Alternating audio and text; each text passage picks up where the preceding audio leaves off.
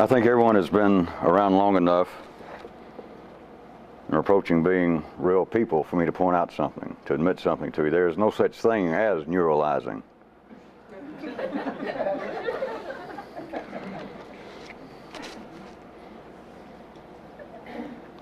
It does not exist.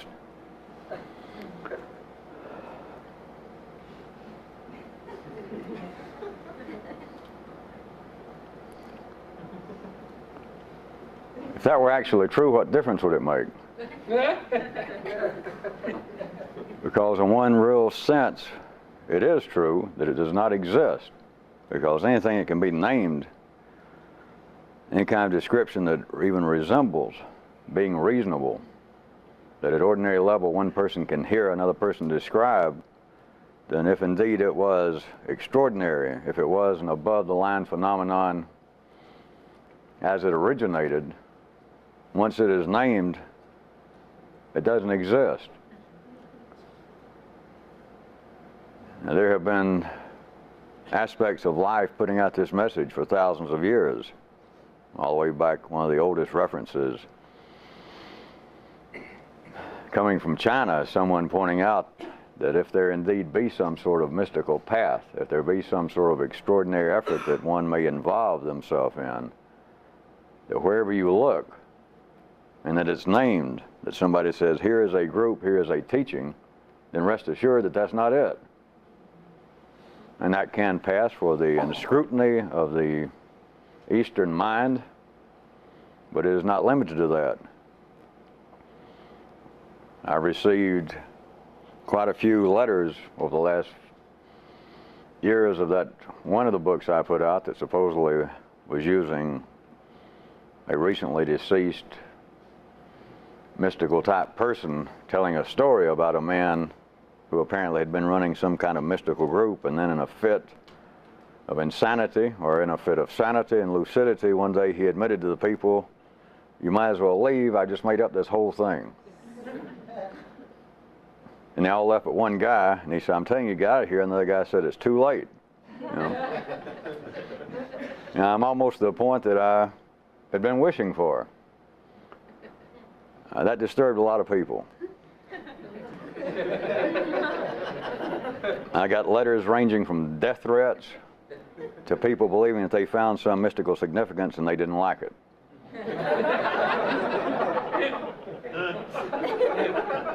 But back to my opening line. You know, there is no such thing as neuralizing.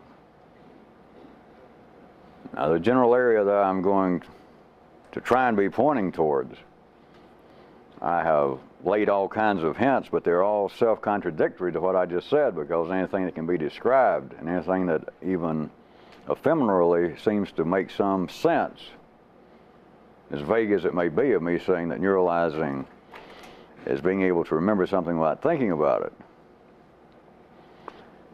On the surface, that's impossible. And then you think perhaps you've been around hearing me make examples and other possible descriptions to where you think at times that it does make sense. At the very times it seems to make sense, at the ordinary level of consciousness, that you're just in your more or less routine state, then you should remember the kind of warnings I kept giving out. It was not simply to cover my own ass. It was not to just to be in some way pseudo-mystical by saying, well, I'm going to give you a description. But please note that it is fatally flawed. If you can describe it, it doesn't exist. Not in the paratopical world, because it closes up no loop. You have simply added something to that continuing string of ordinary consciousness constructed sentence that's been going on as long as man's been here. The sentence itself in a verbal form, of course, has been going on as long as the yellow circuit has been ignited. And all you're doing is coming along, and although everyone else believes that there are periods along the way, even if you see anything, you see there's not a period, and the very last thing that seems to be of some significance is simply a comma there. And so I'm going to add something to it. Here is my view. This would seem to wrap up some of the things that previously seemed unclear to humanity, and I believe I have a new insight, be the person a philosopher or religious leader. a psychologist, social commentator, they apparently add something. Then they can say that this is new information. But it is not extraordinary if it comes from the ordinary level. But anything that is extraordinary, which is absolutely required, it is the starting line for this. Once it is described, once it is named, even though I've changed the name twice and I've changed the description 2 or 3 times, it's all a losing battle. Considering never did exist, I killed it, but I just said, well, I'll change the name, and I changed the description slightly. But neuralizing doesn't exist. There is no such thing. Because if there was such a thing, it wouldn't be extraordinary. If there was actually well-defined, something that the ordinary mind, ordinary consciousness could absolutely accept, grasp, perceive of in what would apparently be a practical fashion, that people could not only think about acting upon the premise of neuralizing, but that some people could even believe, well, I am doing it. What my experience now tells me thinking about my own actions after the fact, or me thinking about my actions before the fact, that I could go out and do this, I can think about something now without remembering it. And that was his description, therefore it is real, it is useful, and I can do it. There's no such thing as neuralizing. I made it up. That is, I made it up. If it does indeed begin to exist at the ordinary level, then it's worse than I made it up. I could refer you back to some of the classic tales of mythology, so all the way up to Urban's myths of the day. Pandora's box, production of demons, the letting loose of demons, that if indeed neuralizing suddenly began to exist at line level consciousness, it'd be terrible. It'd be terrible for someone attempting to do this, because then it would be a dead map. And it could potentially be dangerous to ordinary people, because that which does not exist today, they would suddenly begin, some number of people, to believe, well, this does exist. It is a quite real phenomenon. And I'm not that unusual, I'm not mystically inclined, I heard about it, and it's quite useful, it's real. If it begins to exist, it's of no value. You might also see the connection why, not only before me, I simply carried on the objective verbal tradition of pointing out that you can't name this. You can't describe what it's about.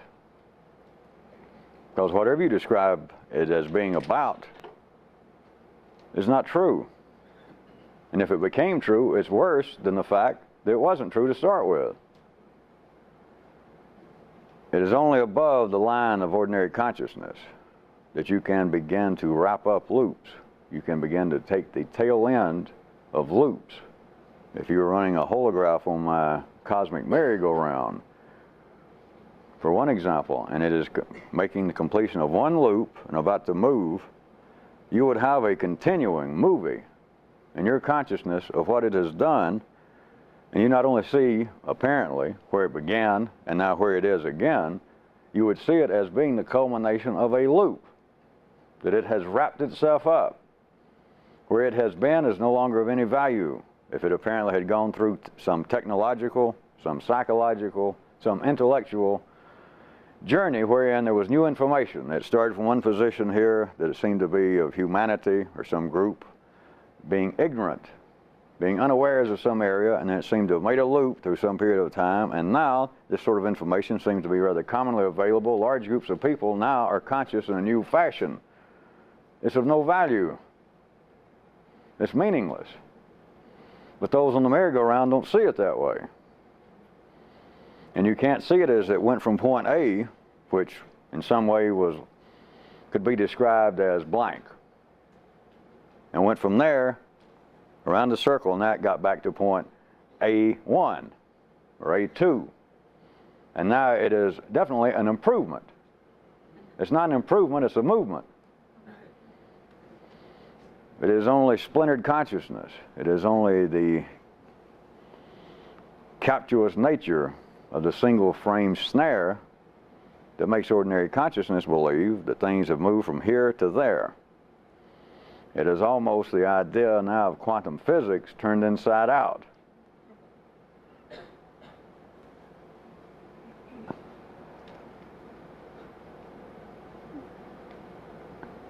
If you recall last week, I opened up with 4 or 5 examples that some of you never did see clearly what it was all about, or see how it was connected.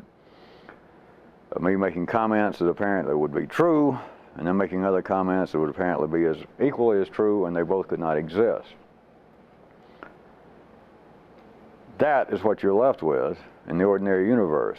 That is what you're left with when things can absolutely be stated and they seem to be real. That's when they are not real. That the only thing that would be of any value would be that which does not exist. But what it does above the line is it wraps up a particular loop. It closes it up. But it is not on the basis of these kind of accidental sightings that I normally refer to as mystics, would-be mystics out in the world, that do get a glimpse. They get a glimpse into a omnidirectional world. They get a glimpse into seeing that things are not fragmented. They get a glimpse into seeing that that there is no out there, and their consciousness suddenly puts them and everything else together. They come out of it and they write a book. They have no permanent memory of what they saw. It is not a permanent memory. They do not have a permanent photograph of it. They have a vague recollection. They can try to describe as though they at one time had looked into someone's supernatural or extraordinary photo album. And they saw photographs that were absolutely astounding to them, to such a degree that even just on the verbal basis, they can apparently attract other people's attention by attempting to describe it. But they do not have the photograph with them. They cannot describe the details. Now, part of what this is about, a part of what we have gone through up until now, in a sense, is for enough of you people, and all of you collectively, I might say, to be able to construct a kind of personal camera that becomes prepared to take, prepared to hold these views that seem at first to be fragmented, that seem to come and go, but it begins to construct a kind of never-ending folio of new consciousness. And the difference is, and I say the difference, I'll refer again to last week. Some of you didn't really hear what I attempted to point to, and some of you thought you heard it and didn't like it. When I said that I could point out a certain kind of resemblance of you people individually and even collectively, but individually is what appears to be of some importance to you, of being able to apparently close up one loop, and that you are not the same on a continuing basis of your own consciousness than you were before. But I pointed out that in certain verbal respects I could say that there was a similarity between that and run-of-the-mill mysticism, run-of-the-mill religious conversion, of people saying, I no longer have any questions since I have found the God, since I have found this religion, since I have found this guru. I used to worry, I used to take drugs, I used to hate people, and now I am blissed out. I don't really give a damn what happens. I don't have any more questions. All I want to do is be able to see the guru every now and then, or attend meetings where we worship the gods or some teacher. And I'm just as happy as a pig in a sandwich. And of course, it is not literally the same, or else we do not have a room of extraordinary people here. We have a room full of pigs in a sandwich. Because you have got to have the ability, having gone through what you individually and collectively have gone through and what you need to continually be pursuing, to the point that you can recall the sightings you have, even as they appear in the beginning to be infrequent, unpredictable, but going through what we've gone through, all the tasks, going through the numerous drawings I have made and then torn up, and the new maps I apparently have produced, But it's to be able to remember those glimpses in your muscles, in your mind, nervous system, and in the respiratory system itself. Because if you cannot remember it in all three of those ways, it is ultimately wasted. That you are no better off than someone who simply staggers into a tent revival, or someone who stumbles into the latest faddish guru. And they say there was something about his charisma, there was something about the way he acted, and the group of people were so full of love and a community spirit. It just slayed me. I can't tell you what happened. I can't describe what he's talking about. I don't even know what he's up to, but I am highly in favor of it. And until something better comes along, I'm pleased with it. But they have no memory of it, even if they had a glimpse of anything.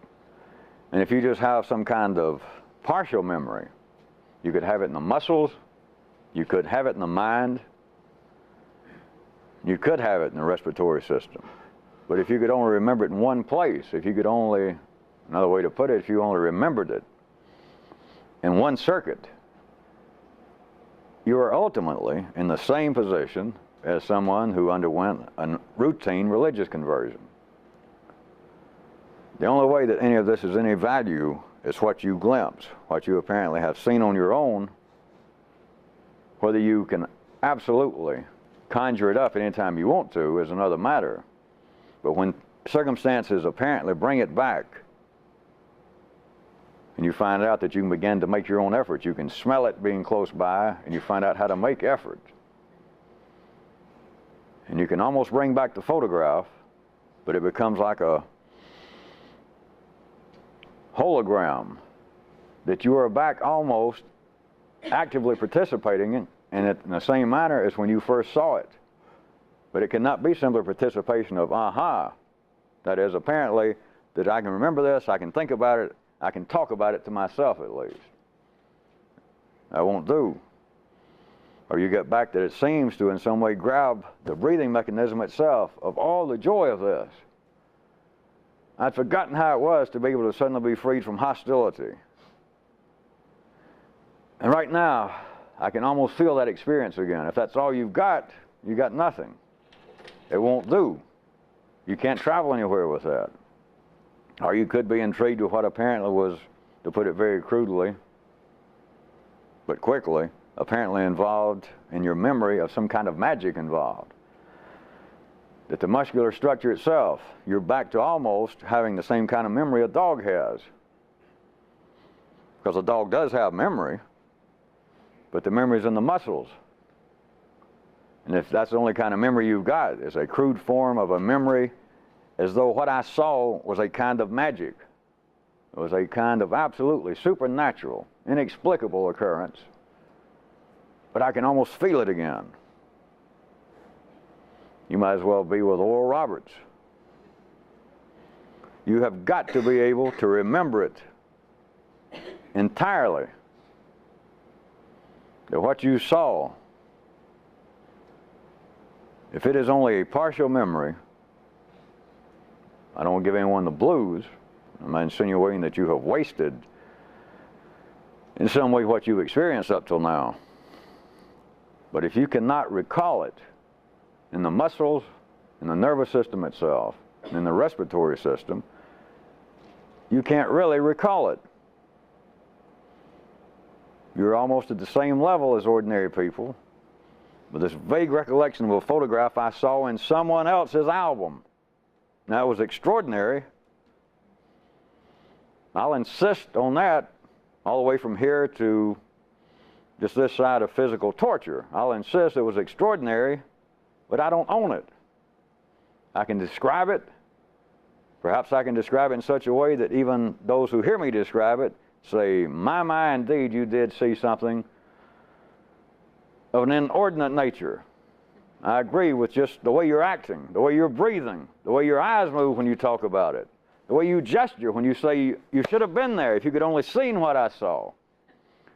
I am duly impressed that you saw something that you thought was extraordinary.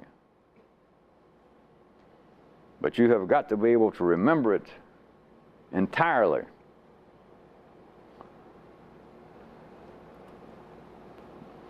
There is a connection, I did not change the subject yet, between that and the fact that I told you that there is no such thing as neuralizing.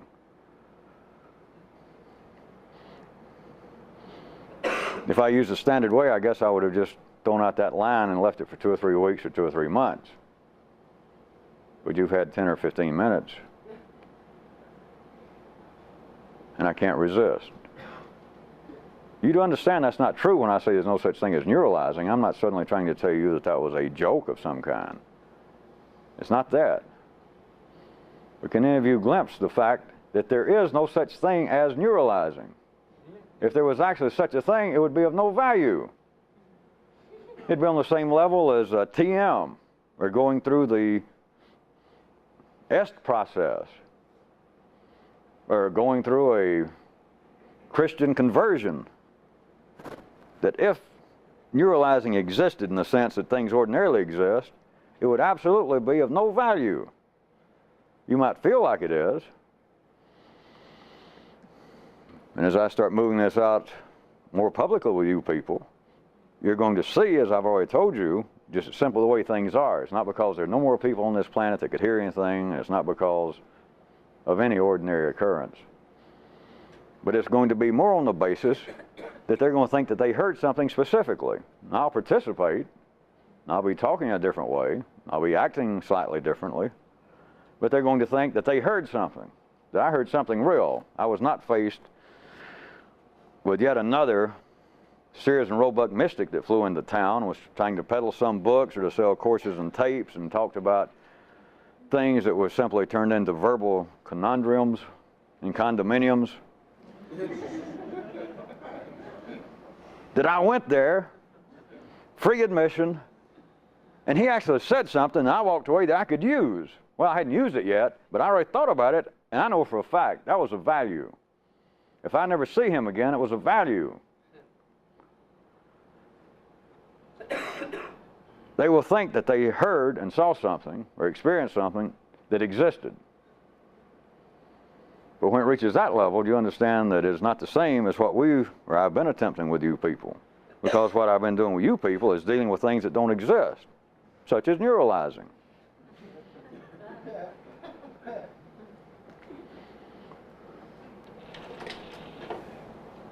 Well, look to your own voices. Look to your own running static up in the yellow circuit. That by now, all of you, to some degree, have felt as though you have begun to put your hands on the concept and the use of neuralizing. And you've even had times when you thought something along these lines of how indeed miraculously fortuitous it was that I met him. I have never heard of anything like that. And at first it sounded so strange, but now I realize this is an absolute jewel. This is a small treasure. As though neuralizing was a something, like a function of man's circuits, a function of man's consciousness, a possible function of man's intellect, and that nobody had ever recognized it until I stumbled along. And in some way I had people locked up in a laboratory somewhere, and I was going through experiments, or even worse than that. Perhaps I was able to turn it on myself and realize, here it is, and nobody ever saw it, that neuralizing was an actual something. It was like a country that had never been discovered. Therefore, it wasn't on maps. It had no name. I discovered it. I can call it any damn thing I want to. But it was like a something there, and I discovered it. Now, I made it up. I invented it. I didn't invent the name. I invented the whole thing. Because to carry that parallel just a bit further, as strange as this may sound sometimes, it could be stranger than you imagine. It is as though I went to a place, not to find another country. I didn't go in space, but it's as though I was able to go into time, and I got into tomorrow. But in the same way that the early explorers had their hands full of sailing away over the horizon as far as many people knew, literate, educated people at the time, they have sailed into oblivion. And then 2 years later, the guy comes back and says, contraire, not oblivion. Christopher Columbus comes back and says, I found Columbusville. And nobody's ever seen. He described the people there, he described what they were doing. And quite educated, contemporary people at that time looked at each other and punched each other and went, shh. You know, that's what happens when you sail into oblivion and come back. You know, it drives you nuts. That many of them thought the man made this up. He sailed just out of sight. He'd already raised money. He just stayed out of sight, just barely over the horizon, or he turned a corner somewhere, and they've been sitting out there for 6 months, eating up our food that we gave him. Now comes back with this cockamamie story that he made it up. There is no Columbusville. He didn't find another land. He invented it. All right, if you could change right quick space into time, there is some parallel.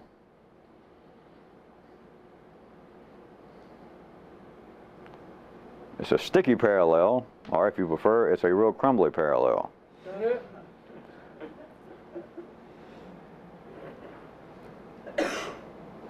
But there is a quite valid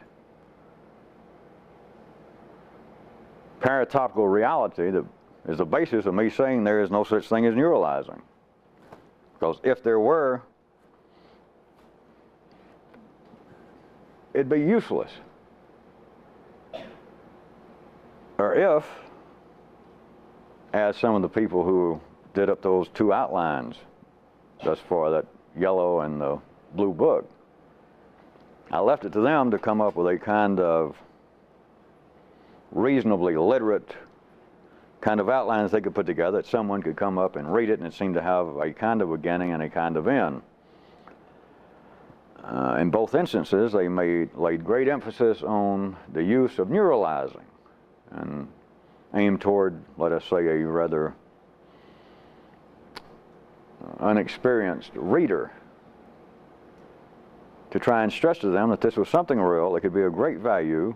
Try and get some grasp of it as you start reading this outline, because they continually refer to it and point out how some of the things that apparently are inverted, impossible maps, rather than being approached from a head-on literate basis, if you would try to take the idea of neuralizing, that you might be able to get around corners, you might be able to look at it in a way that ordinary consciousness would never find, and therefore it apparently is a real useful tool, that it almost sounds like it's the heart of whatever kind of system I must be involved with.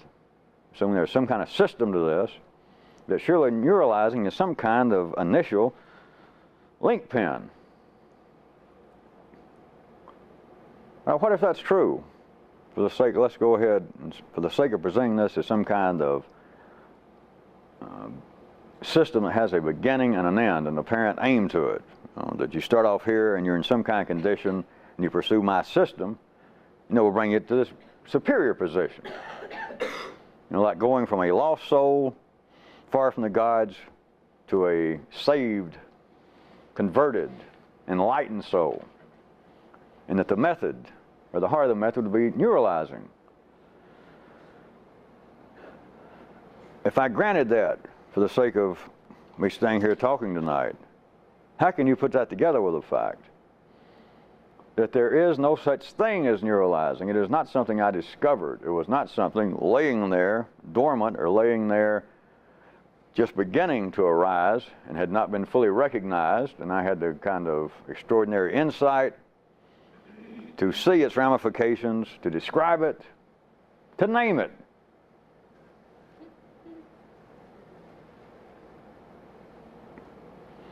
If I had not invented it, if it did not exist, it had been a waste of time. Because if it truly existed, and if it truly existed, of course, there'd be no problem for me to describe it in some lucid manner. But then shortly, after one or two descriptions, 2 or 3 examples or 20 examples, everyone here would go, well, now I got it. Now I understand. Now I'll use it. It would have been useless. The only thing that's of any value is that which does not exist.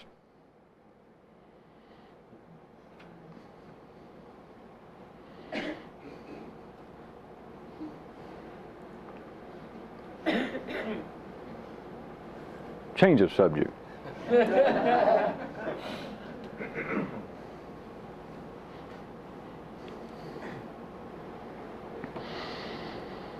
In your continuing attempt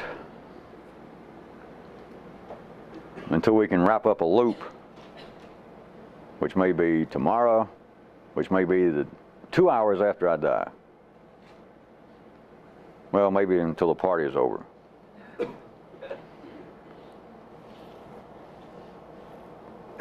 This continuing attempt to compile a nonverbal, a neuralized encyclopedia, not just a dictionary, but a continuing encyclopedia on your own, like the task I gave last week of trying to find in your life and historically the kind of chord progression I was talking about, the kinds of examples. And by examples, that's actually a misnomer. To say, well, here's an example. Anywhere you look's an example. It's not that, well, World War II was an example. No, it wasn't. I mean, by saying World War II, you've made it into something that actually existed and happened. If it actually happened, if it existed, you know, you can't learn anything from it.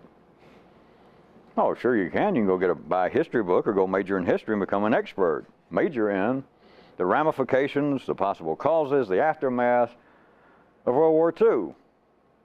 And you might write a book. The book to end all discussion about World War II. And you could be the world's leading expert. But do you understand that you wouldn't understand anything?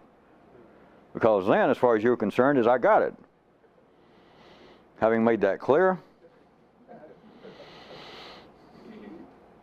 I was still going to use one that can get fairly tricky. And I'll remind you one more time that this has nothing to do with politics. Nothing. But some of you are already coming up with your own creeping glimpses into such examples from the task last week when I glanced over them before we started tonight. But something has been going on historically. The players change, but it is one of these two things. It's either a prime example, or it is, of course, no example whatsoever. Now, that covers any possible condition of your consciousness for people in this room right now.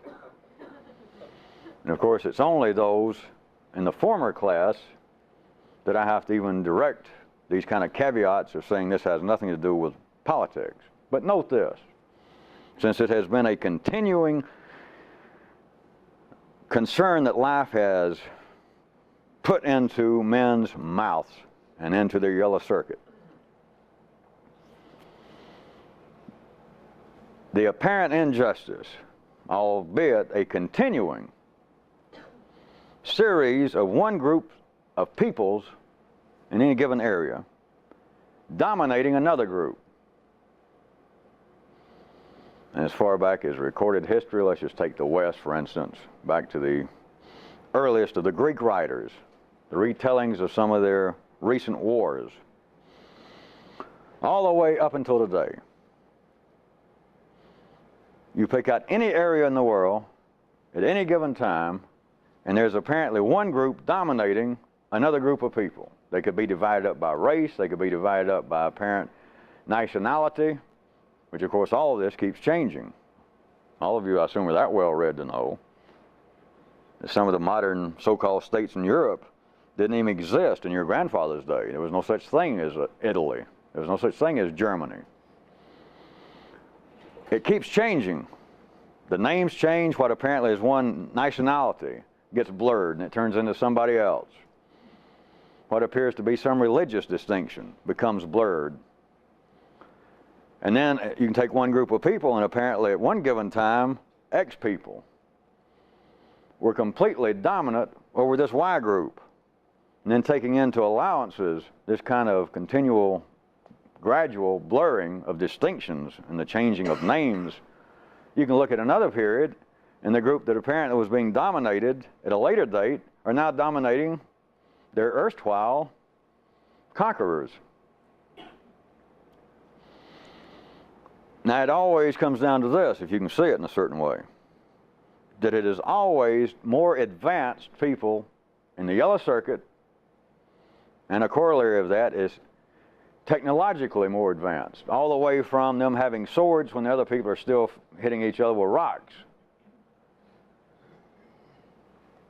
But you can see, I've used the example in the past of the European settlers in North America.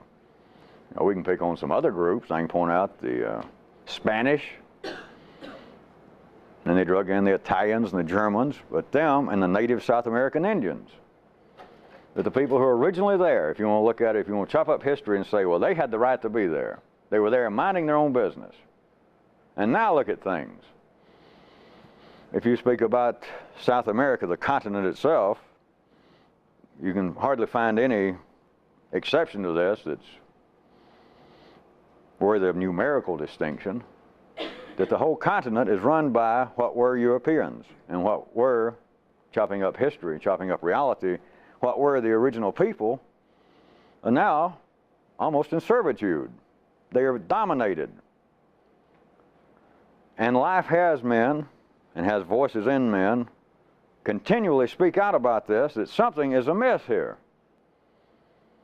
Here it was, these nice, peace-loving, perhaps a bit backward at the time, native Indians here in this beautiful, lush continent, and suddenly the Spanish and the Italians and the Germans, these people from far across the water, sail in, kill the people, give them diseases, burn down their houses, make them work for them, take their gold, and something is wrong.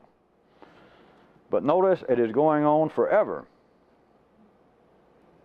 For the former group of people in my regional distinction, remember this had nothing to do with politics if you can.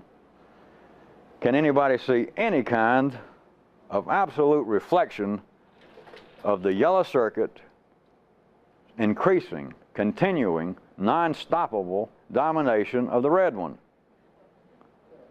That is the nature of how things have been up until now.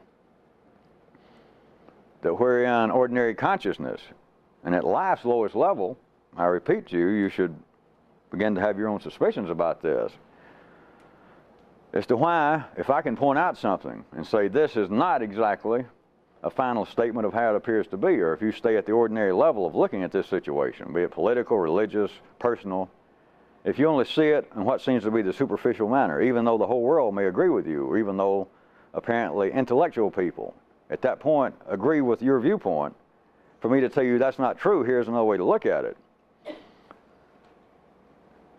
You have got to be able to do that yourself, because it begins to close up a loop, because everyone else sees it, to use my example, that there's some kind of injustice going on. There is always somewhere a group of troublemakers. The Catholics taking over some Protestant area in some country. Some group of people from a foreign environment comes in and subjugates another group of people. Life continues to make people talk about that something is wrong. So how is it, if I can point it out, and some of you begin to get your own personal glimpses of it, how is it that in a certain peculiar way you can apparently be more enlightened than life as a whole is? That it is still having large groups of people.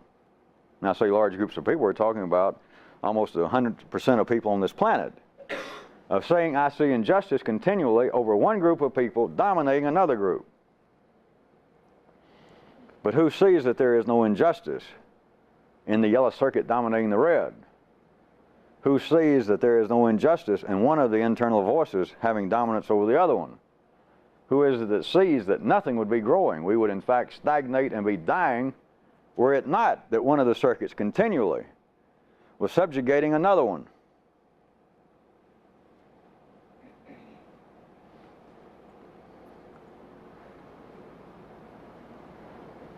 There is the political term that has been used for a long time of the Young Turks, the revolutionaries, when people are speaking politically.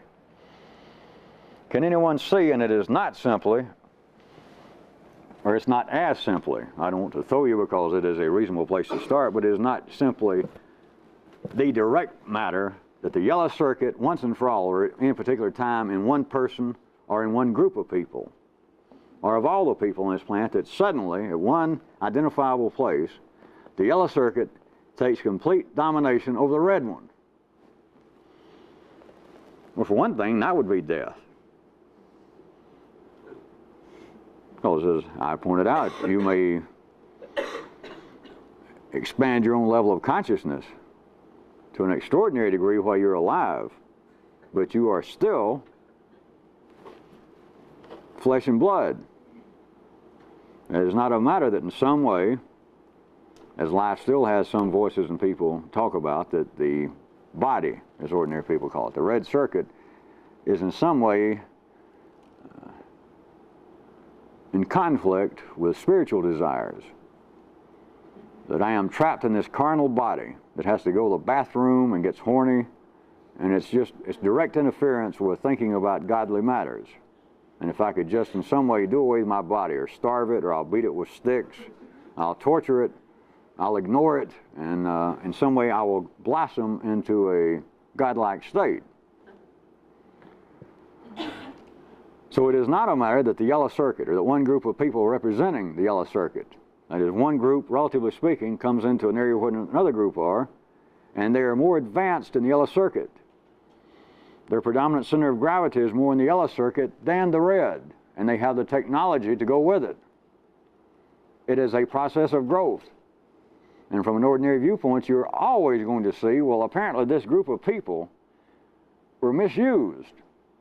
That you cannot subjugate some group of people. You're going to have to kill off their kings. You're going to have to watch out for the young Turks trying to rebel. You're going to have to cut down the firstborn in every house. You're going to have to kill every other man in the village to make the rest of them see the light. What else is new? By going through this, you're destroying things. You're killing off part of your own past. You're killing off part of the genetic connection you had with your forefathers' religion. You're killing off part of the genetic connection you have with out there, to what everyone else sees, or what would seem to be your rightful place mechanically in the grid at any given time and place that you're alive. You are destroying part of it. But even here, I hate to have to coin even another new term, but there is no free lunch. Did somebody already say that?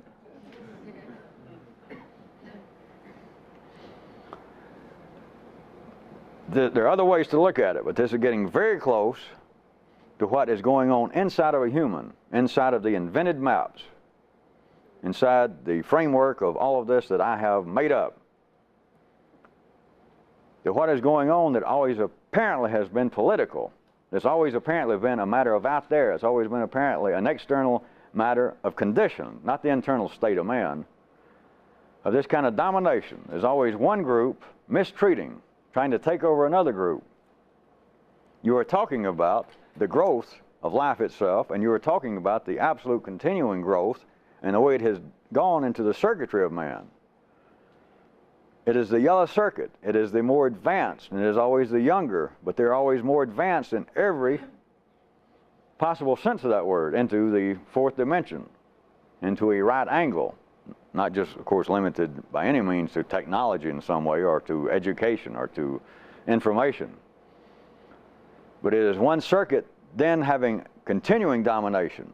And apparently this domination, if you looked at one person, or if you looked at all of humanity as being one person on the mechanical merry-go-round, that the yellow circuit moves into an area. And here we have these rather feral, these rather uncivilized group of people that seem to have some natural resource. Out in the real world, out in the external world, to go back to my other example, it was like the Spanish getting to South America and finding these Indians still playing around with throwing rocks at each other, and there was gold laying everywhere. So here was resources that they had some use for, that seemed to be of some profit for them, and these Indians were just using them to play marbles with. And so then apparently one group dominated another one for their own benefit. All right, jump from that inside. As the higher circuits, they will go into an area and apparently find something that is of practical value for them that is not being used in the way that they would use it. Now we're not talking about gold. And they go in and they take over an area.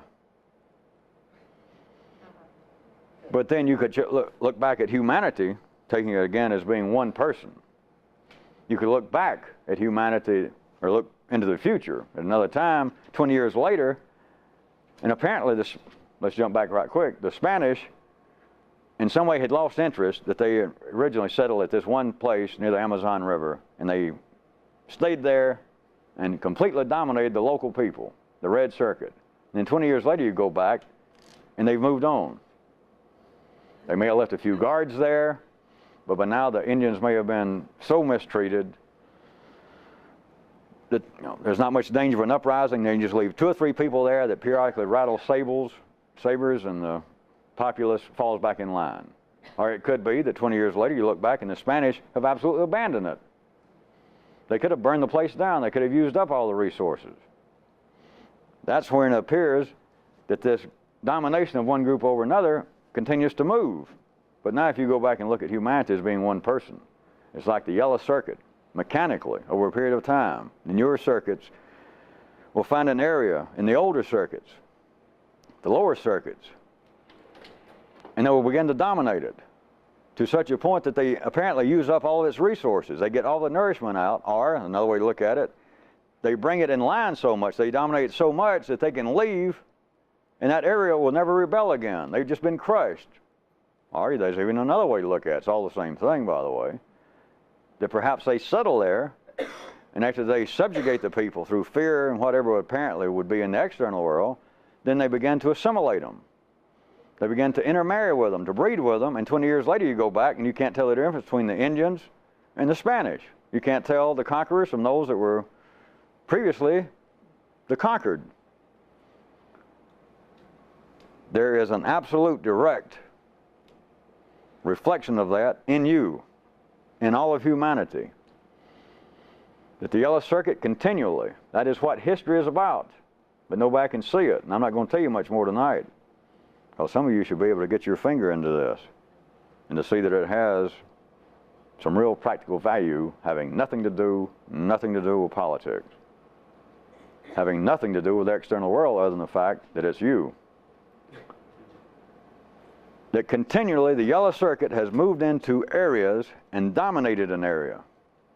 And then either assimilated that area into it, if you want to look at it that way, or else they subjugated it to such a point that the area could never rebel again. It's like they were just crushed. Or it's like they just burned it out. They used up everything that's of value there and abandoned it. Whatever it is, they no longer have to stay there, and you can no longer see, well, wait a minute, there's a battle going on between the yellow circuit and the red circuit here in this area in the history of man. I can see that, but 20 years later, what happened? What happens in an individual? But it has been happening with humanity.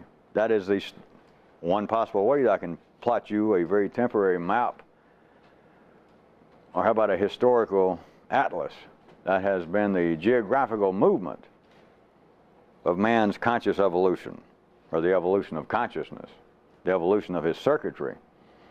Is the yellow circuit continuing to move about the planet? That if we were talking about the external world again, like a group of rather sophisticated barbarians, is the way it appears from some viewpoints, has continued to roam about the globe throughout history, crushing groups of people, dominating them. We're talking about circuits now, not people. Assimilating them here, other times almost burning them up, scorching the earth, using up all the resources, moving on. But whenever they go, there's no longer any rebellion there. That has been history. That has been history in the external world, although it's not recognized, and it has been the never recognized history of the development of humanity. And it has been the development of you individually.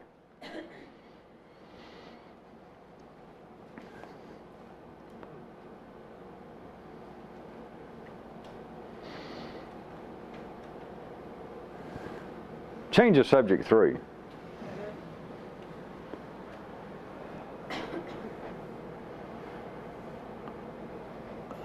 Another one of my movie scripts. Someone is standing,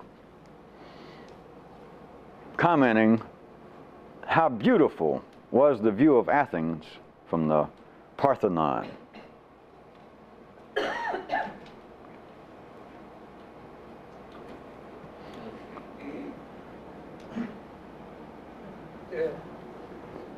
Notice not just how beautiful is the city of Athens,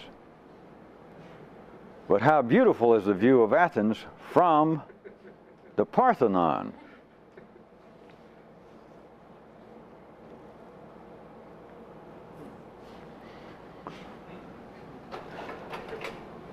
This, of course, I could have made up God knows how many examples of that sort.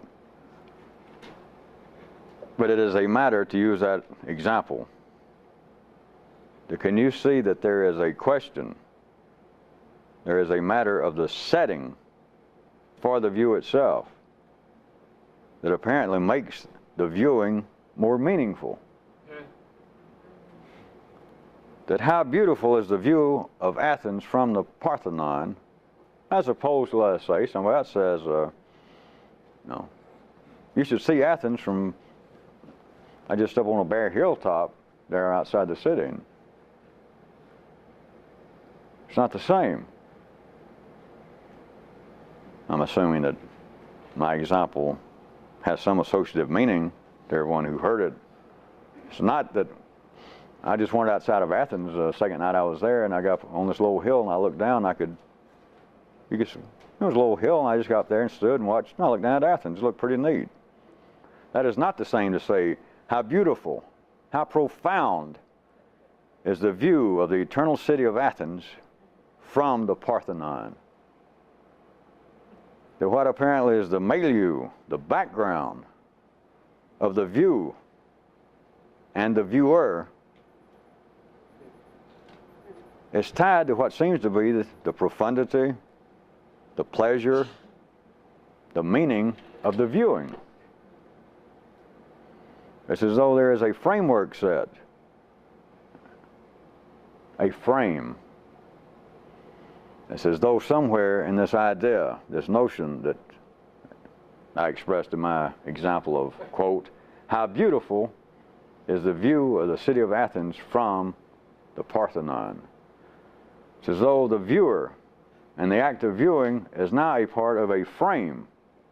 The frame perhaps being right behind the eyes, just a little behind consciousness, right back here, like these screens, maybe just right behind me, that I was looking at Athens, but I went through all of this, seen books, remembered the Parthenon, always had an interest in architecture, always had an interest in Greek culture, blah, blah, blah, blah, blah, blah. And it was like I took with me, and I finally saved. I got to Athens, and the first thing I wanted to do, I got in late in the afternoon, checked in the hotel, and without even trying to look around, caught a cab, got up to the Parthenon, looked at it, yeah, that's it. And then the sun was going down, and it's like I walked to the edge there, with the columns behind me, and it's like it's right here. And then I looked down at the city of Athens, and I tell you, what a beautiful view is the city of Athens from the Parthenon.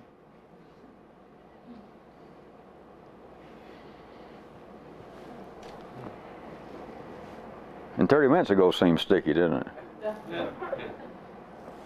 Sometimes I feel like I'm dancing with 70 or 80 versions of the Pillsbury Doughboy and Doughgirl.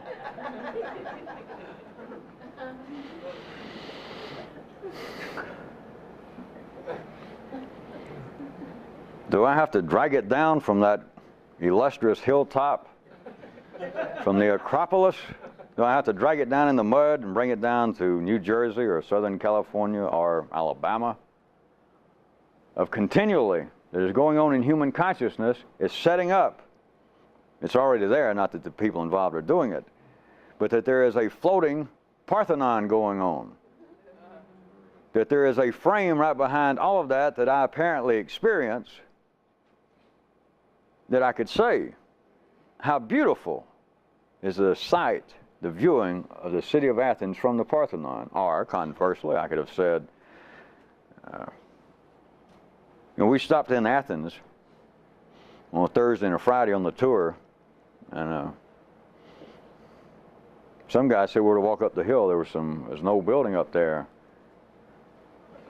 And Martha drugged me up that damn hill, me sweating like a dog, and I got up there and stood and looked down. The smoke and the grime, I was thirsty. We could have bought a postcard It'd been more fun to have gone downtown to wander around a little bit, but no, she drugged me up there, and there I stood up in the damn sun. No big deal. People are continually driven to even comment without knowing it on this movable frame, like the Parthenon, or in my second version, this old crumbling building way up on a hilltop. It was hard to get to. But it's this floating frame going on, and yet men at the ordinary level are driven to talk about what they are seeing, when what they are seeing is themselves. What they're seeing is this imposed frame. They are seeing either the Parthenon right behind them, of what a view of Athens, from the position of being there at the Parthenon looking down, or what it is to look down upon a crumbling city after having to walk 2 hours up a hillside up to this building was about to fall down and scared me to death. We are, of course, not talking, or I'm not, about Athens, Greek architecture, but people saying, you know, if you get to know Fred, I mean, you get past a few of his quirks, he ain't bad. Or, on the contrary, if you ever have the chance not to be associated with Fred, take it.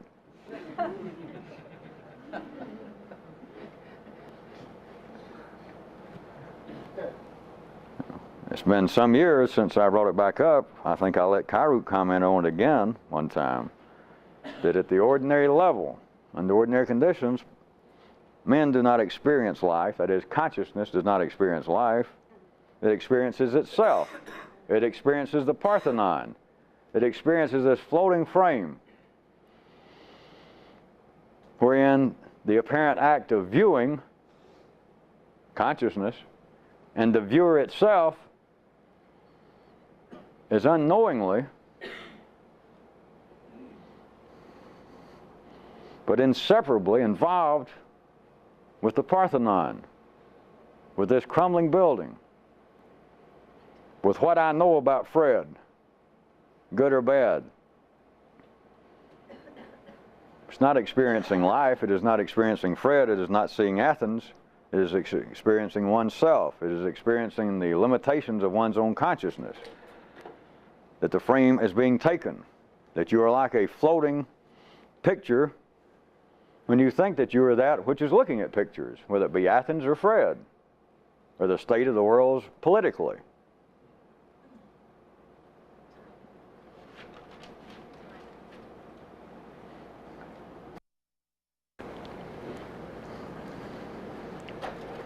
Since we took a break, I guess I'll close the subject. We'll go to number, except for one thing, what I was saying. That apparently consciousness, apparently people are walking around being a viewer. That there is an out there, people, things, events, and I am a witness to it. But you are also a picture. And there is a frame that's being floated that you can't escape at the ordinary level.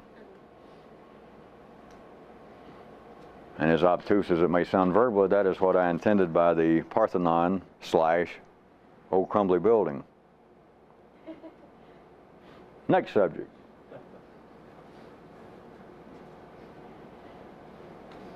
That's known as a dramatic pause, I think.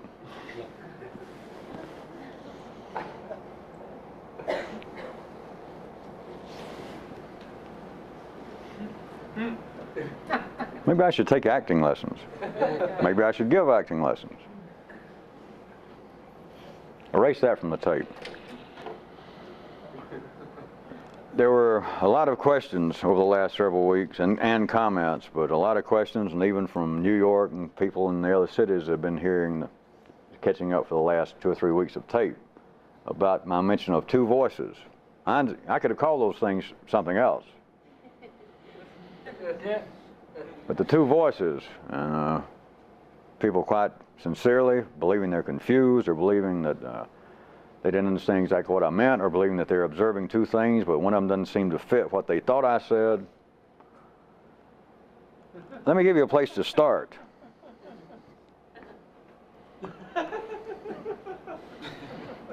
There's one of the voices that has a repertoire that is never performed.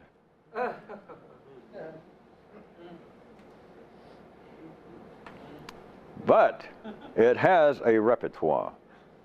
It has a songbook. It has a full score. But it's never performed. Now there's where to start, or there's one place to start.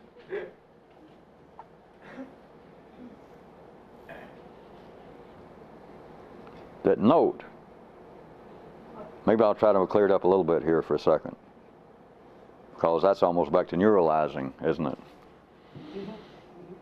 If it's never performed, how the hell do I know it has a repertoire? How can I find it? Well, if it was easy, I'd have a name on this and we'd be out teaching it to cab drivers and school teachers. How about, what would be the possible basis of the idea of the guides talking to man? And don't mark it all down as the ravings of some horizontal nutcase. That I hear voices, not Napoleon, but I hear voices. The guides at times give me messages, or my conscience gives me messages, which is an offshoot, and don't mark it all down as the ravings of some horizontal nutcase.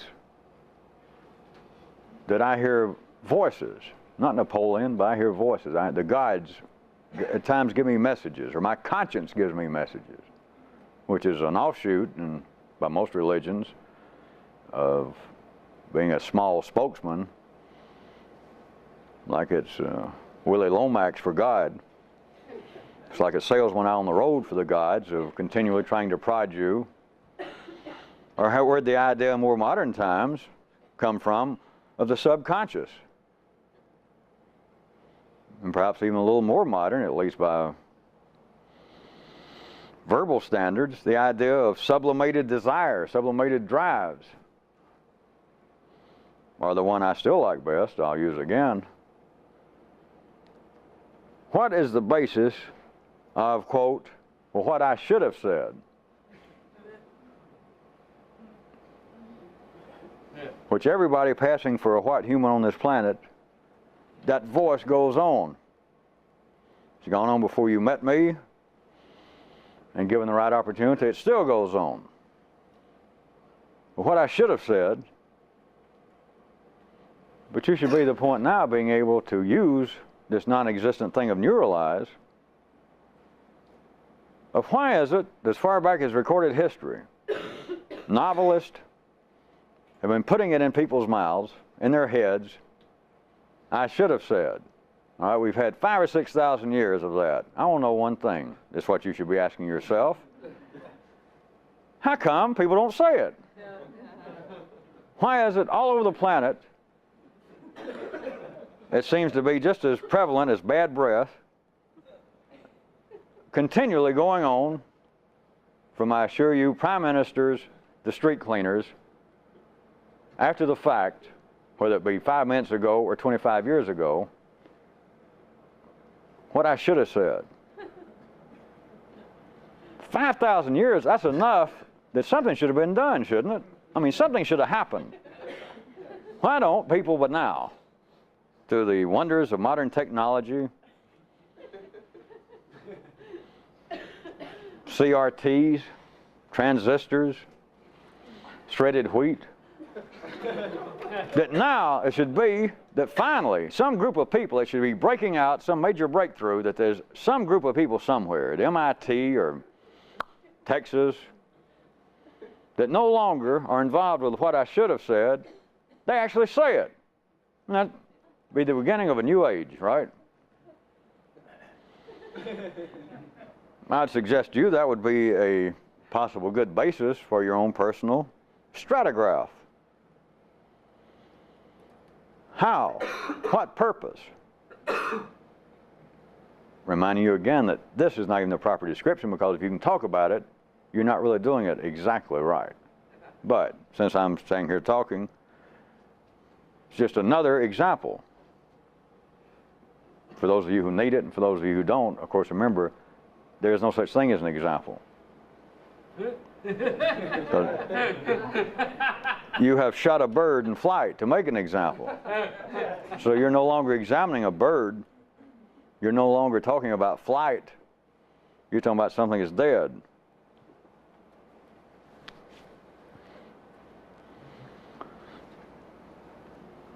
But why? What possible purpose is going on, to stick with this so-called example,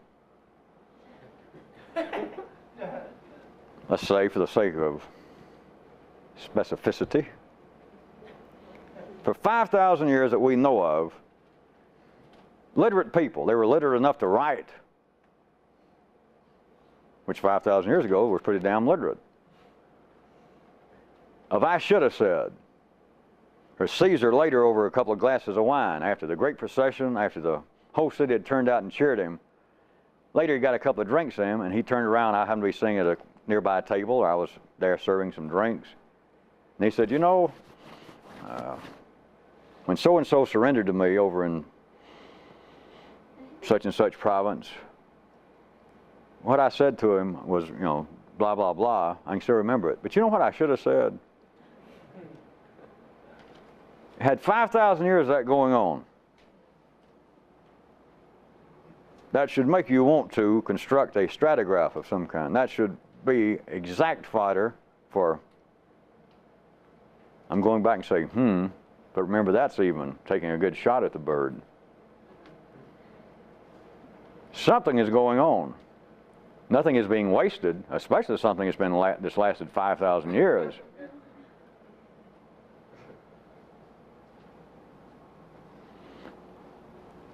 Is it not reasonable then to conclude that I may be onto something, even if you don't see it yet? That everybody from the Caesars to you apparently is out there functioning, even in a dramatic or melodramatic manner. Some people with large platforms and forums, down to the individual, that you've got an immediate forum with your sexual mate or your family. You're literate, you speak, somebody pays attention, large groups of people, or else your immediate environment, your family. You speak. Caesar speaks. The Pope speaks. Moses speaks. And later they say, you know, what I should have said, you should be non-verbally asking yourself, after 5,000 years, why don't somebody go ahead and say it? Or why do I keep feeling like I'm being pulled apart by ambivalence? Or I feel as though I'm having to be nice to people. Or every time I'm around a certain apparent type of person, I get tongue-tied, or I seem to take a deferential position in the way in which I respond, the way in which my muscles stand. My breathing will even change when I get around figures of apparent authority, the police or a judge, or and at other times my mind just runs around in circles. I'm trying to think what to say to people, wishing they would hush, or wishing I had the ability to command a larger audience so I could say what's on my mind. But even when I apparently do, I get away, and I wish I'd said,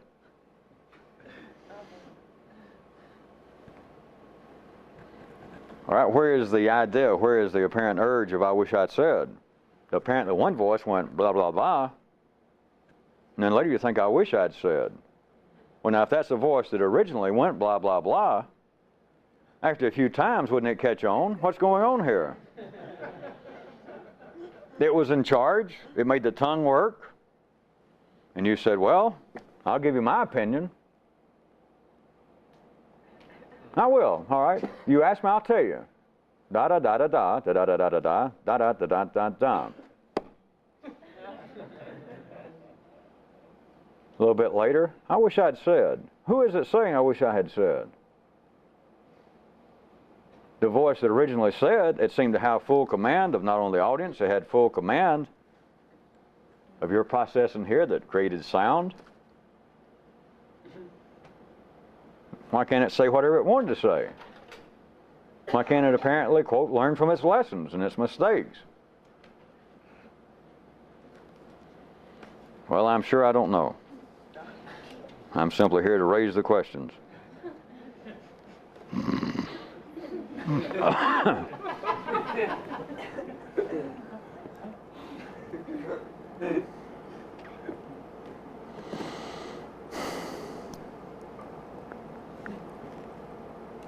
I was going to read a few questions and comments, but I have, over the last several months, had again some things pop up that I'm going to wrap up into a comment about observations, and this is as applicable to you people in the other cities getting this on tape, although it may not appear to be so at the present time because of the limitations of your physical number and the degree to which you are in proximity to one another physically.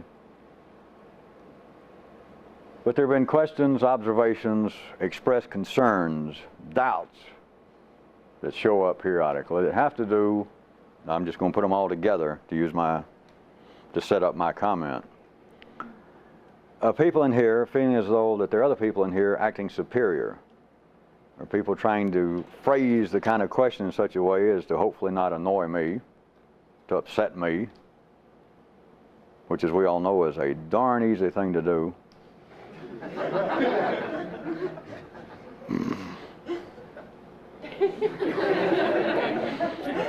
But it was on the basis, I'm just going to put them all together into one, but it was sort of on the basis that I'm one of the newer people here, and at times it seems that many things you say have just had a very enlightening effect on me, and you're not allowing any hostility, and I just suspect the great need, the absolute necessity for this, etc. But what should I do? I get the appearance, I get the feeling from some of the people who've been here before me, that's been here longer than me, that in some way they're acting smug, or I feel as though they're putting out feelings of superiority. Like I'm more enlightened than you are, or that I'm more conscious continually than you are. One thing, obvious should be to you, is to remember the view from Athens while standing in front of the Parthenon, is you're not necessarily seeing what you say you're seeing. But that goes without saying for anything until you know yourself for certain, that you may be simply experiencing yourself. But it does continue to pop up, so I am not inferring to you that it's just your imagination, those of you that had such feelings. That's a setup. Such things can occur. You notice we're not a closed shop community. We're not arranged in such a way that I put us all on a desert island or locked us inside the walls of a commune to where I can, quote, keep my eye on everyone and keep everybody in line. So, such things. It takes two to apparently do this dance. And some of you feel as though, well, somebody in this group or some group of people at times, as far as I'm concerned, are putting out some kind of message that we've been around here longer, we are superior to you are. We understand much more about what he's doing and what this whole thing's about than you ever will. And that I don't feel like, if my feeling about this, my perception of it is just, I don't feel like this is what you have in mind. Well, it certainly isn't what I have in mind. But that's not even the point. It is dangerous. But those of you who thought that you have experienced or felt this from somebody else here, let me point out this, which those of you who can hear, this is the end of it. This is the beginning and the end of it. Anyone who, in the real sense, that I am not about to define any more than I'm going to define what this whole thing is or what neuralize is. Anyone who is actually more conscious in the muscles, in the mind, in the respiratory system. Somebody who is more conscious, has been through this, that they're more conscious than somebody else, They alone know it, and you would never know it. You would never have such a feeling that if, by some definition, and I'm not going into it, but if there was a reality that you felt involved with this, that somebody else here was putting out some kind of message to you, maybe to others, but some kind of message that, yes, I've been around more, I've been here longer, and I am in some way more conscious than you. If there is reality, if there's validity to that, I assure you they are not. It is a mathematical fact. They are not. Once you begin to have any understanding of that, then of course there's nothing to fear, and it has all sorts of other ramifications. I've mentioned in the past that someone who is more conscious has no heroes. But of course someone who is more conscious has no demons. I might also point out to you that there is a reality behind all mortal concepts, and the great weapon that life has driven men to use on one another, the idea of humility. There is a reality to it.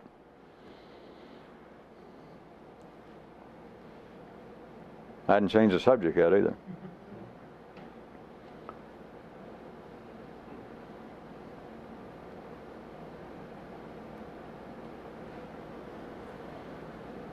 Do we have to go to kindergarten? Try it one more time. If there was, in some way, real validity that we're not going into, for me to try to define or to describe in more detail, that someone in this group, if it could actually be defined in this way, it could be proven, that someone in here had treated you in such a manner as to convey the message that I am much more conscious than you are, that I am in some way in a superior position than you are, I assure you, by its own definition, by the own mathematical certainty of all this, they are not. You can count on it. So just forget it. It should not be going on. If it gets too out of hand, I do become aware of it. I can put an end to it. That's easy enough to do. But can you see? Not worry about metaphysical matters. Not worry about me having some hidden or metaphysical meaning behind what I'm saying. I'm telling you directly. If anybody tried to put out the message to you here, and of course life, it's even worse. It's more blatant. Or else here is worse. If anybody put out to you the distinct message, it was obvious they were trying to put out to you that I am more superior. I am superior. I'm more conscious than you are.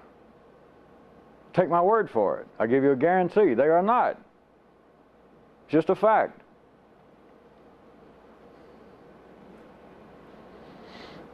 As I said, the ramifications out in life even gets to be more disturbing for those of you that like to be disturbed, which I know I've always enjoyed it. And it's not, I threw in a little hint about humility. You know, you can't be taught to be humble. Now, if you could, then whoever was the best teacher in the world would be, of course, very proud of his ability to be humble. So there you are. You can't teach humility. Now, there is a reality to it. That's why you find it, some variation of it in all religions, about being humble. Very often it comes out that everyone should remember their own mortality, perhaps, or remember their own insignificance in relationship to their particular god or gods. That you should remind yourself, or you should remind yourself that your neighbor, he may speak ill to you this morning, but he has problems. He may have just found out that his mother died. Sometimes you speak ill to people, right? Yeah, and you didn't mean to, right? Yeah. Well, try and remember that and be humble. Oh, okay. If you were actually more conscious than somebody, how would you feel superior? Or let me, I guess,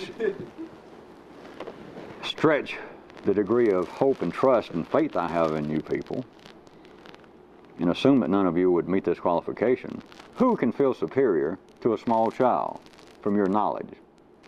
The child says, ooh, the clouds are holding that airplane up. That's how it stays up. Clouds hold it up. How many of you would have to leave the room and go, you know, chortle, chortle, what a dumb little, 6-year-old bastard that is. Good grief, clouds don't hold up planes. I know better than that. And try to compose yourself to go back in the room, while of course feeling very superior. And that is not an unfair comparison. It doesn't seem to have across-the-board validity when it gets into this field of expanded consciousness and great mystical activity. But to be more conscious, to see that which other people don't see, if you could ever do that, and you did feel superior simultaneously, and this does happen, I'm not trying to frighten anybody, you won't be long here, you'll be out starting your own group. And you will also, if I must point it out, it's not to discourage any of you from becoming freelance gurus, but you will have also cut your throat. Because there is no such thing as a superior guru.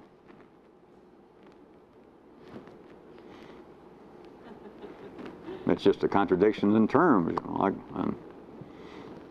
a pleasant divorce.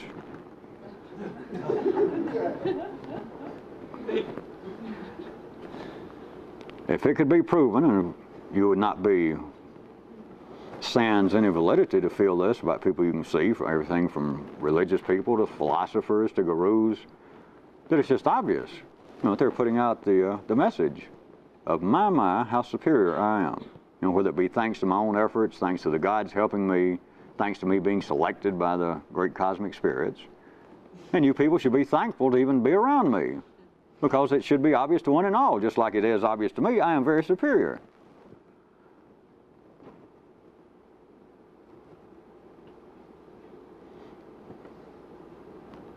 If that attracts you, then you certainly need a hobby. Anyone who is, if you are correctly fielding the energy that is putting out I am superior, through whatever definition, I am more conscious, I am more spiritual, I see more than you do, and I am better for it. I am a superior person in some way. They are not. And anyone correctly involved with this, you can't learn anything from them. But you also have nothing to fear. There's no reason to be concerned, and that is not just freelance gurus out there, that's anybody here. And if it goes too far with anybody here, I can of course arrange it to where you can have every opportunity to go set up shop, because you won't come back here. Humility. The word's almost as misused now as love. Remind you one more that nobody ever seemed to got much out of at the time, of me saying that once you understand this correctly, you also understand that you have no equals. And I pulled that on you twice in the last 6 months. But notice, I didn't say you were superior.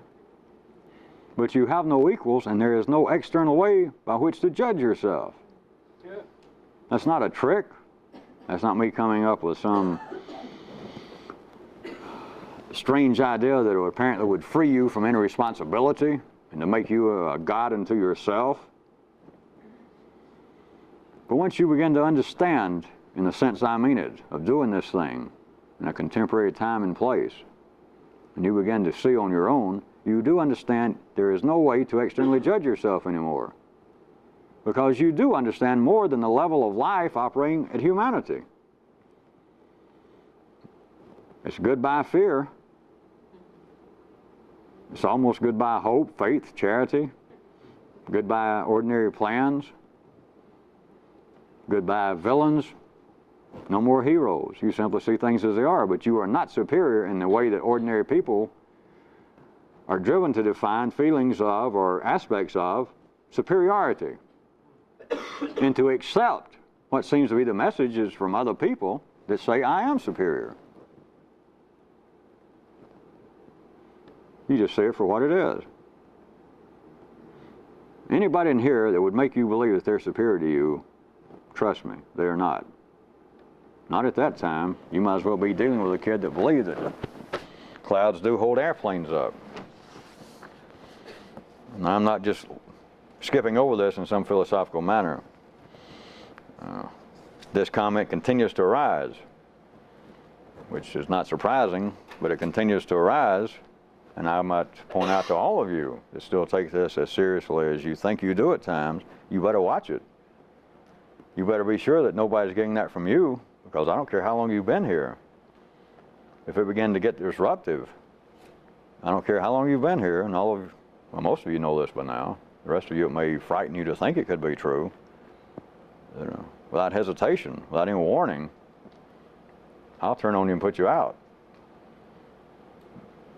And so none of you should be thinking, well, I am so far above it, that couldn't be me. Nobody, none of these new people could be thinking, not me, not good old humble, partially enlightened and awakened me.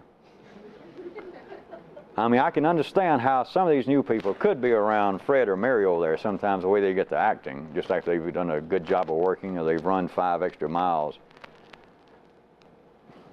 I can see that some of the new people might get a feeling that they're acting superior, but you know, they're not talking about me. You better be sure, because people, when they come in this group, it always happens. And for a while, people in here have that comment, that they feel like there's somebody in here, several people, that are actually kind of lording over me. And for you to think it's not you, it's somebody. You know, it's obviously not me. You know.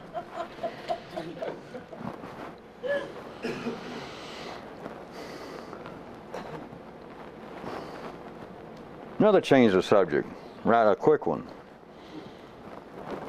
because this touches on a lot of notes over the last few months from some of you newer people, both here and out of town. I know this arises. Some of you wonder about what you should pursue, or that you thought you were interested in architecture or painting or dancing or being an insurance salesperson. And that in some way, you know, you now wonder if this is incompatible with doing this. Semicolon. How about this? Let's just take these, some 2 ordinary words. Is ability and motivation, just in the ordinary sense. In the times I have referred to some of you specifically and in general, talking about talent, and me describing a real interest, and me giving you ways to actually define it pragmatically. That is the need or the lack of need, the lack of necessity of an audience for your performance. But consider it in this way, even neuralize it. Ability and motivation. They're just 2 ordinary words, but they do reflect a reality. But notice how far removed the 2 can be at the ordinary level of consciousness, and yet apparently people being driven by either one, apparently being driven by either both, or apparently being driven by one being in conflict with the other, and nobody ever notices. To wit, one might have the motivation or the desire to play the piano, and by all appearances, and as far as their sopra voice, as far as their more public voice, have a real desire to play the piano. They talk about it, they buy piano records, they have little framed prints of Beethoven and Liszt hanging around in their house, maybe one even of Glenn Gould in their bathroom. And they talk about it. They go to concerts. And they got absolutely no ability. And it can be vice versa. That you can find somebody that seems to apparently have some kind of natural ability. You can sit down and almost play the piano, and you say, well, how long have you been playing? Well, I don't really play. You know, well, when'd you give up your studies? Well, I never studied. I had an uncle who used to around the house and kind of noodle around. I just kind of picked it up. And you can just listen if you got any ear for music.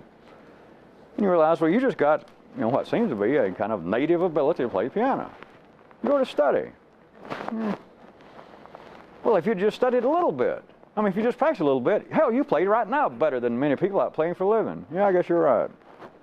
I gotta go. That there apparently is an ability and no desire to do it. That's related to a lot of things you people ask. Next change.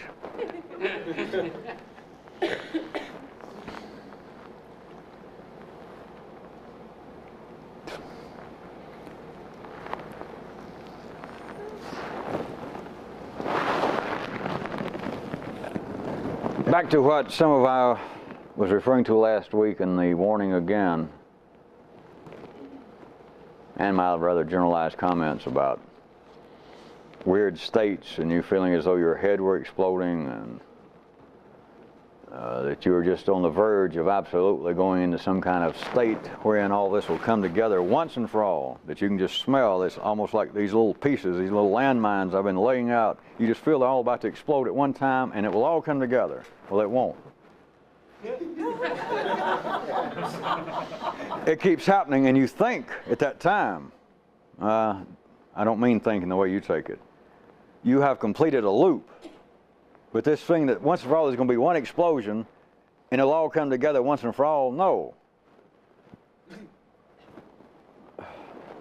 Not like that. And in line with me saying that you cannot profitably, you can't even safely allow yourself to be apparently driven or dragged along by out of control states. It all seems out of control the first time you begin to get glimpses, the first time you have the nervous system itself ignited beyond its ordinary level. It seems like a form of insanity. It seems frightening. You want to grab somebody, you want to call somebody here in the group, or you wish you could find me. But I've told you all about it to begin with. But there is a point past which, as soon as you begin to actually fear it, as soon as you realize I've got no control over this, or as soon as you begin to realize it seems as though it's about to wear itself out and I don't want it to. If it's not under control, that's the same thing as you not being able to fully remember it. It seems to be going away. All the thing you can do that's of any benefit is whatever you do, you should right then realize what I've always meant by hostility. That all of you, should, the first few times, should be able to get a glimpse that what's going on right now. I realize, I hear the noise back there, I could let that tiger growl one time, I could take one voice, one iota, just a breath of hostility, and I understand right now, all of this will be gone like that. But you cannot play around with what seems to be out of control state. But I also want to point out, I do, I think, a fairly admirable job, thank you, of seeing to this in part.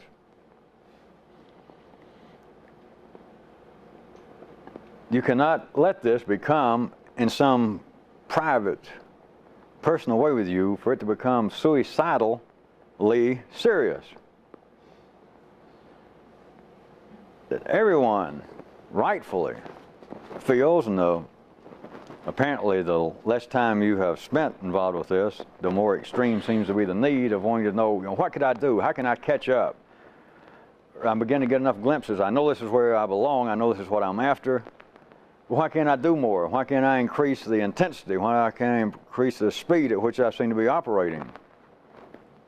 And it can begin to catch up with you periodically that it's almost like a death-defying game. That I'm getting behind, or I feel like sometimes I feel like I'm getting so close and I drift away from it. What I got to do is bear down. You can't let this become suicidally serious. And there are times that you got to find your own way, and as I say, I think at least it's my intention, to help alleviate some of this. But at times you have to take almost a break. That doesn't mean run out and get a porterhouse steak and beat up on a stranger on a street corner and snort cocaine. But it's like just taking, it can be even momentary, to be able to stand back and to ease off of this. But remember how, if I may say so, yes you may, of how humorous I can be at times. If I can see some kind of humor, if I can pull out some sort of strange, albeit, or maybe humor out of this, at least you can find somewhere to chuckle. At least you can remember that this cannot be suicidally serious. that I am going to sit here in my room, I'm going to refuse to eat or to go to the bathroom or to change my underwear until I reach a mystical state. And I don't care if my mind begins to wander, if I begin to frighten myself, so much the better. Go out and run, tell yourself a joke. Just try and stand back. Remember that this cannot be suicidally serious. Now, it is the most serious thing in the world for those that must have this. I'll assume most of you are past the point now. It's not even a matter of serious or whether I have much choice in this. You can't really imagine this not going on anymore.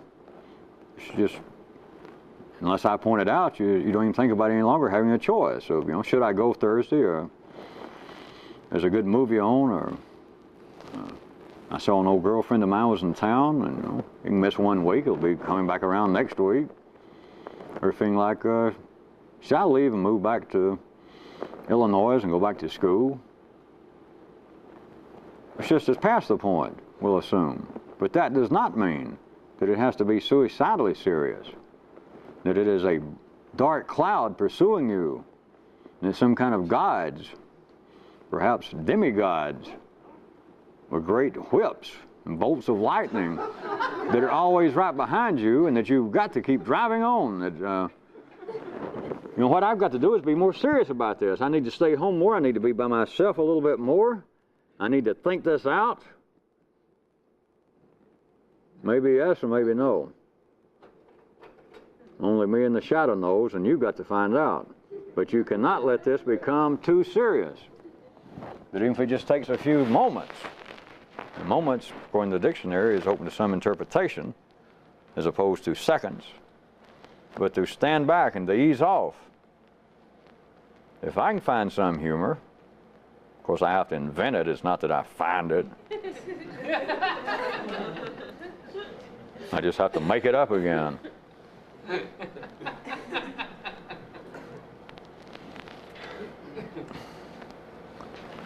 You've got to be able to still live. You're going to be stuck here to some degree. You cannot get lost. You cannot end up, those of you who don't remember it, with the story of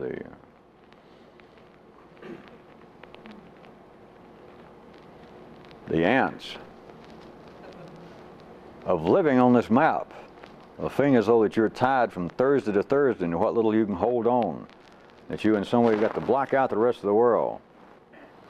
I've been close to having serious thoughts, and it kind of comes and goes, but I'm trying to work on it, and then you happen to remember that Monty Python reruns are on tonight, and of course I don't mean that there's not some situations where you shouldn't pursue what you're doing, but when it gets to the point that you're feeling suicidally serious, that I must pursue this, I am sure that I'll have a great thought. It might be well advised for you to go in there and take off your shoes and turn on Monty Python and hope that they all sing "I'm a Lumberjack."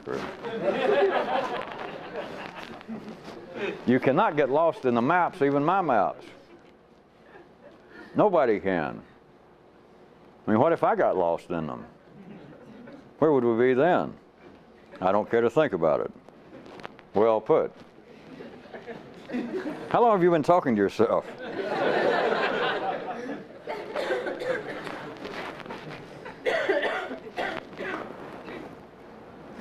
How much tape we got left? Huh? Only 10? Well, I don't guess I'll get around to reading these. I'm gonna give you something to do.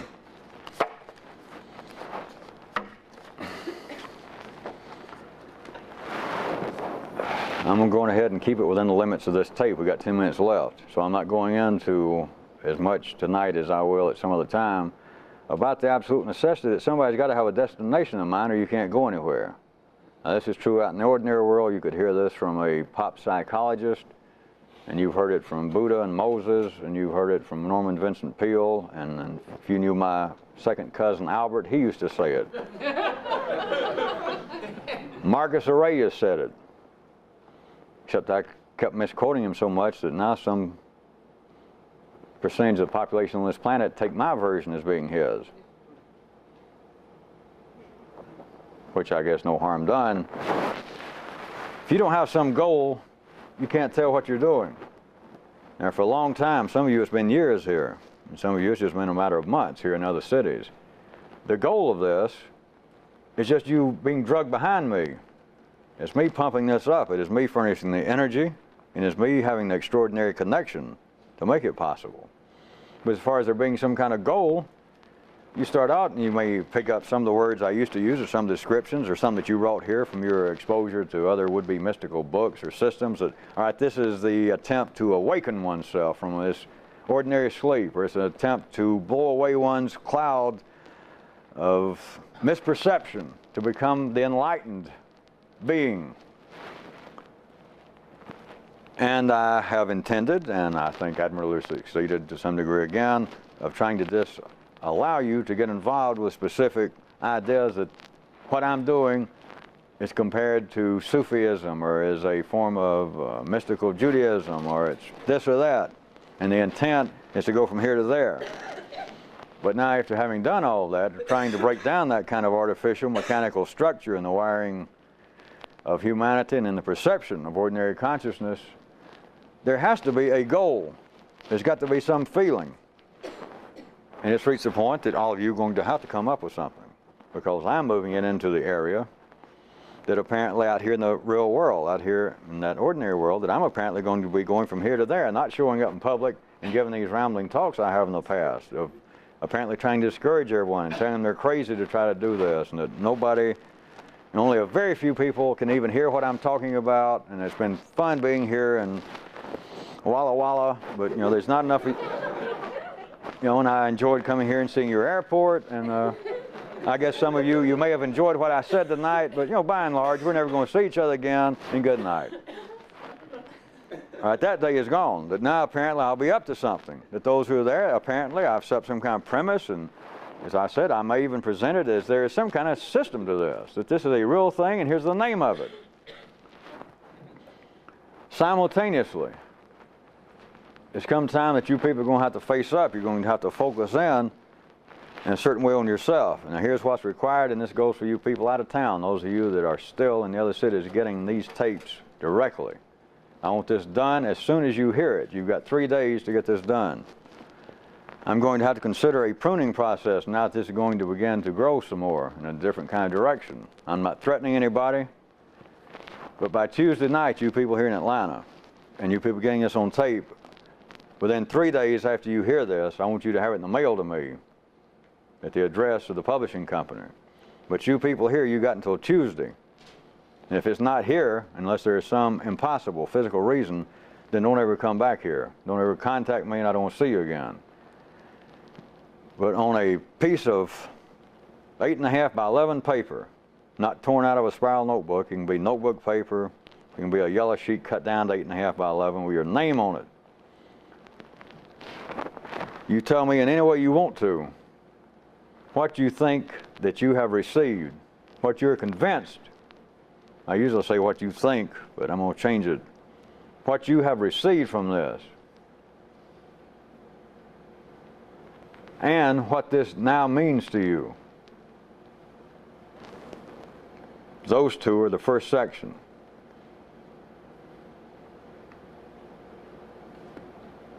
The second part is, I want you to write down for me a present, primary, personal goal. And I don't care what the hell it is. But it's got to be something real. It cannot be, because like I said, I'm not trying to frighten anybody or warn you, but it may well be that after Tuesday, some of you won't be back here. I'll let you know. You'll be the first to know about it. I don't want you, it will not be acceptable whatsoever, and I'm not going to send it back and say you didn't do it right, please redo it. Can't be you mouthing what you picked up from somewhere else or what you may think you picked up from me. I want an absolute, specific, personal goal that you can name right now. Maybe it's, I want to use this to do so-and-so about myself. But it has got to be specific, and it's present. Don't worry about next week. But by God, you better put down something. That still sounds like a threat. I will consider pruning you if you cannot come up with something that is an immediate, present tense, definable goal on your part. And there's no right or wrong ones. It's not going to be in some way to be superior for you to say, for instance, well, my goal is to become as charming and as witty as you are, as opposed to my goal is to be able to not only give up caffeine, but to never think about it again, to never want to slip out and have caffeine, or that I want to lose weight forever.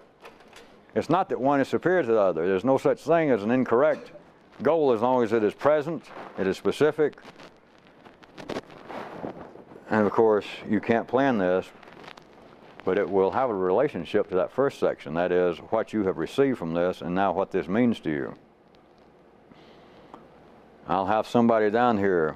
Cindy, can you be here on Tuesday night from 8 until 10 o'clock and leave at 10? Or is there a class going on? Not on Tuesday? Okay, works out just right. Cindy will be here from 8 until 10. If you don't have it down here, or unless it was physically and literally impossible, then don't come back. And if you get pruned so that you won't show up needlessly, I will have you contacted between Tuesday and Thursday. It's not a threat. I'm not trying to frighten anybody, and I don't have anyone in mind.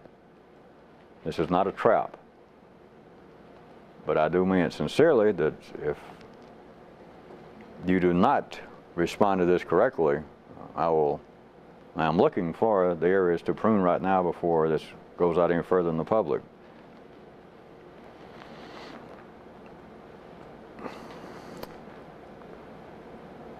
And on that happy, positive note, I think that we will conclude the taping.